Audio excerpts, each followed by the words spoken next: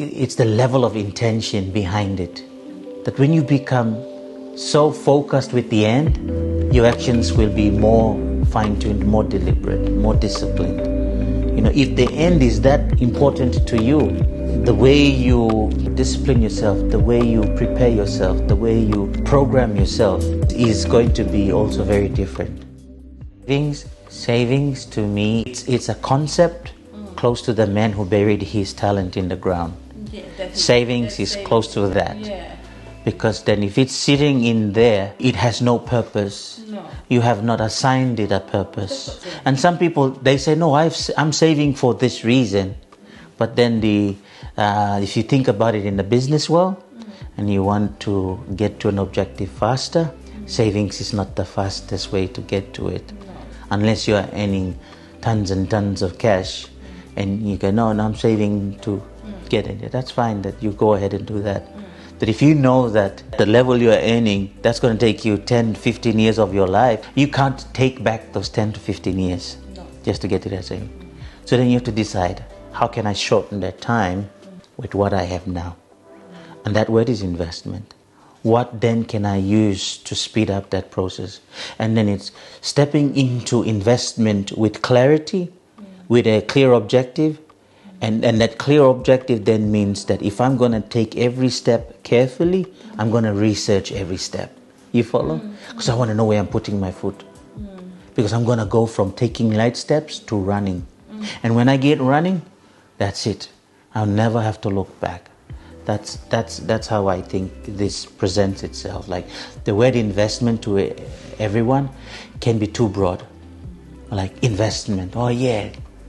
And we can talk about financial tools, financial ways of making money, like through share trading and options and all of those technical financial stuff, Yes, if someone has the aptitude, they have the desire to go down that path and commit their brain to a high level of learning, then of course they still start somewhere. They still have to start somewhere.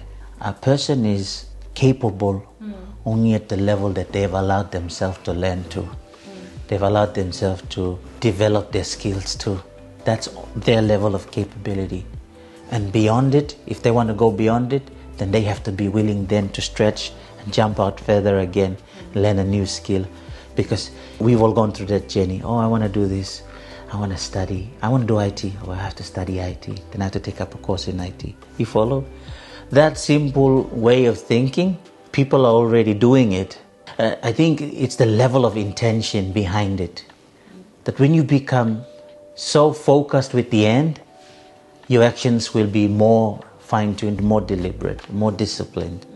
If the end is that important to you, the way you discipline yourself, the way you prepare yourself, the way you program yourself is going to be also very different. Because if I'm not serious about the end state, I'm just going to do whatever, hoping to get to that same end state. And doing whatever is actually not the best way, because you're just going to get whatever result, and it might not be the result. It most likely won't be the result you want. But I think honing in on your skills and learning something, learning the art, learning the craft, making the mistakes. Where we fail and when we make the mistakes, those are the parts that are important too. They're crucial because they teach us, oh yeah, I did it the wrong way. I can do it the right way. Incremental things that would add value.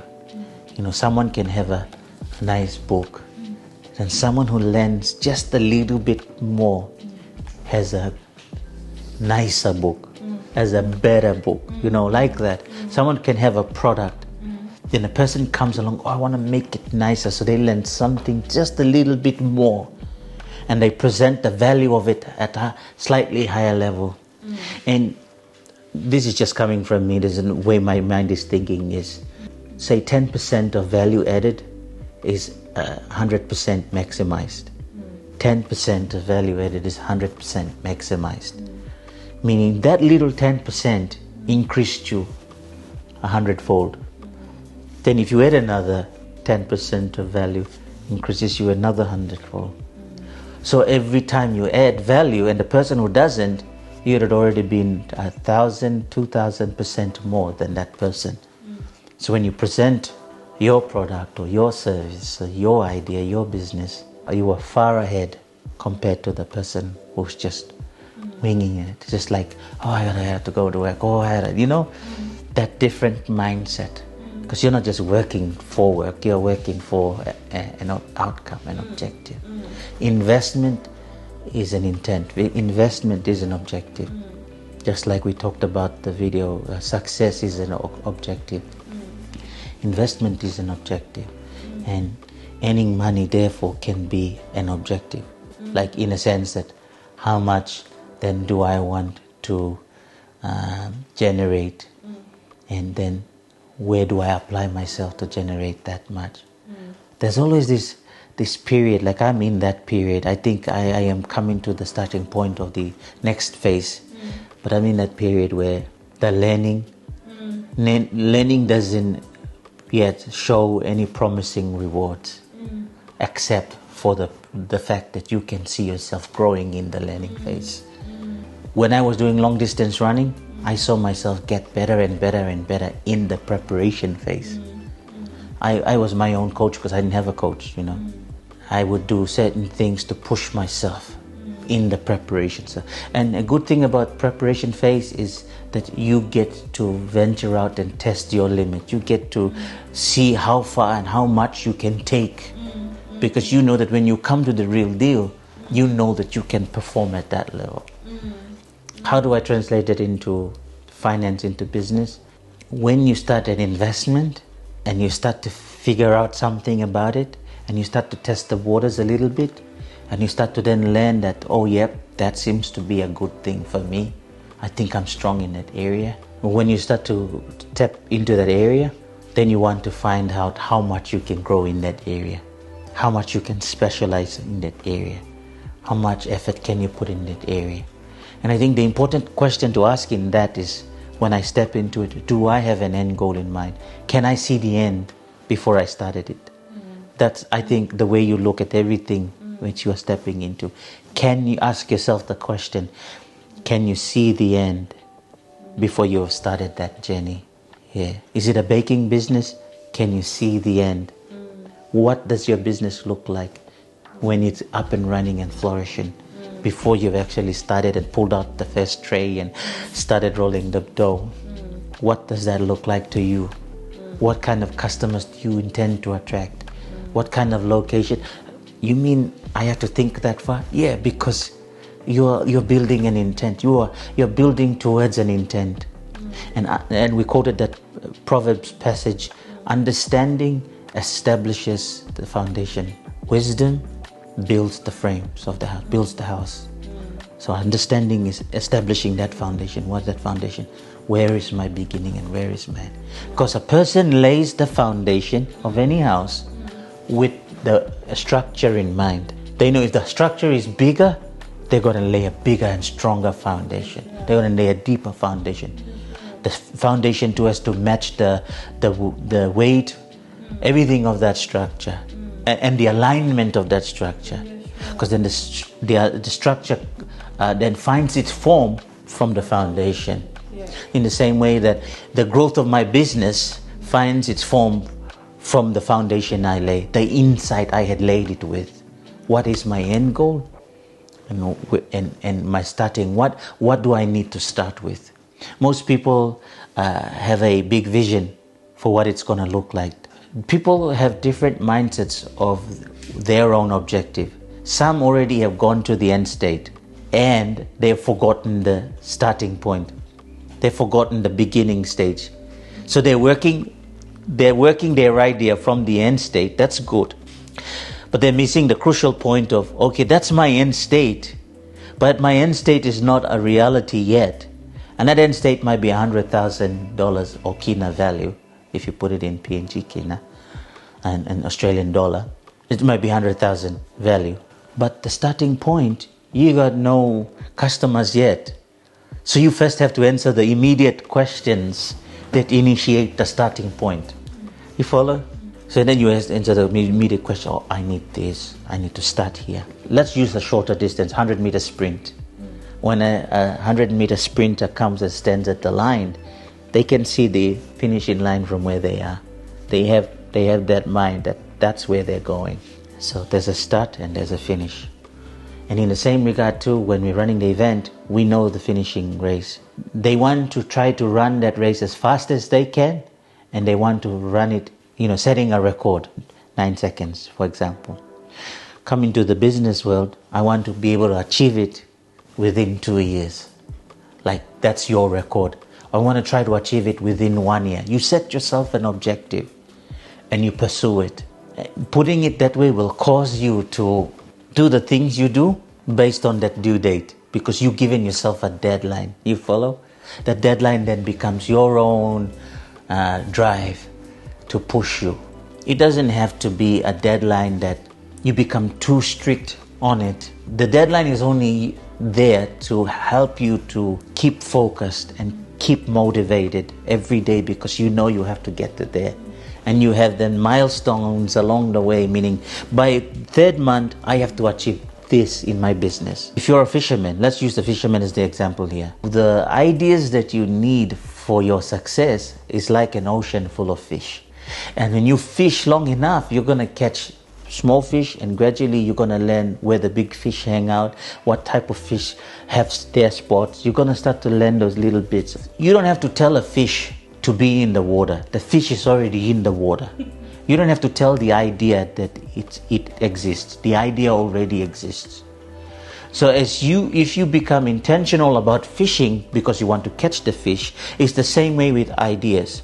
When I become intentional about fishing that idea towards me, all of a sudden the fish that I want shows up past my hook, and we're like, oh, you follow? That is the Holy Spirit illustration, yeah. And that idea then comes and like, ah. And it was the other day I was saying, because you were looking in the direction where it was. You can only see what's before you because you're looking in the direction. Everything you need is in the direction you're already looking. If you are looking with intent for a specific outcome, there are resources already appointed for that outcome.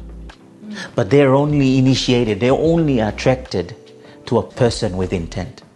A person with intent initiates something that causes the fish or the ideas. Those ideas usually turn up with resources. They turn up to come and say, you know how you were doing this? Do it this way. That consistency, like how we were talking earlier about, you research the first day and you give up because it amounted to nothing, and you were just like, I give up. My brains are hurting from that research today. I don't think I want to do that. I quit. And people quit too early. They get out of the race too early. They didn't give themselves time enough. The trait of a fisherman comes to mind again. They'll throw their hook and they'll wait for the fish with the intent, with the hope. The fisherman never throws a hook just hoping that it'll just float in the water. They throw the hook for the fish to come to the hook. Their intent is that fish. If there's a fish somewhere in this water, it better be my hook. In the same way too, my research begins to open the doors to what's waiting for me in that sea, in that ocean of ideas. Those ideas in themselves were someone else's resource handed to you. They were someone else's initiative shared to you. There were someone else's words that were knowledge and wisdom that was presented to you so that your understanding could grab a hold of it. The funny thing is, they're always there. And maybe in my own life, your own life, you would have seen that ideas would have been passing by you, but you were not ready for them because you hadn't recognized the opportunity. You follow? But you grew a little bit more, and that growth level that you experienced, your knowledge growth level, then allowed you to pay attention. Oh, I've been using the wrong hook for the fish I want to catch. Or I've been using the wrong type of line, or I've been fishing in the wrong spot, like that kind of thinking. Then you start to, because you gain that new knowledge, you then start to adopt new strategies. You start to fish for your ideas in a very specific, more intentional way. And then that knowledge you want starts to come and come and come. The good thing about wealth and success is You can start at a turtle's pace and you'll end up running. You'll end up running so fast. And most people want to run fast from the get-go. But the wisdom of growth is that you start somewhere. And the growth might initially be small to an extent, but eventually it picks up. Some people get discouraged by small growth and they go, oh, it's not going too fast. So they bail out of it. Or maybe that small growth gets to a point and it plateaus. When you reach a slowing down point, a plateau, then you decide maybe that level of growth is finished. That season is finished. Maybe I need to do something new because I slowed down. I need to adopt new strategies, new ideas. And I become willing to step in and learn the new ideas that will allow that growth to pick up. I think part of the delay with every person, it comes down to how quickly they make a response.